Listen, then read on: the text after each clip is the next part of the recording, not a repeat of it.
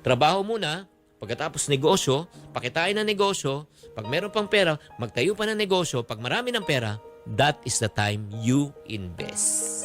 Mula naman kay Jofel, ano kaya magandang trabaho, negosyo o trabaho o investment? Para sa akin, Jofel, mas maganda yung A mo. A na plan, trabaho and negosyo muna. Kasi tingnan nyo ulitin ko sa prinsipyo na may trabaho ka, merong nang kita, tapos sa negosyo, dagdag kita. Karamihan po ng mga negosyante, saan pa sila nag-uumpisa? Nag-uumpisa rin na magtrabaho yung mga iba. Pagkatapos niya, nagne-negosyo sila.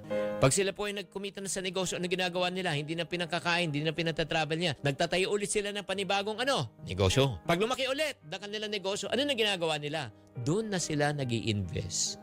Trabaho muna, pagkatapos negosyo, pakitain ng negosyo, pag meron pang pera, magtayo pa ng negosyo, pag marami ng pera, that is the time you invest.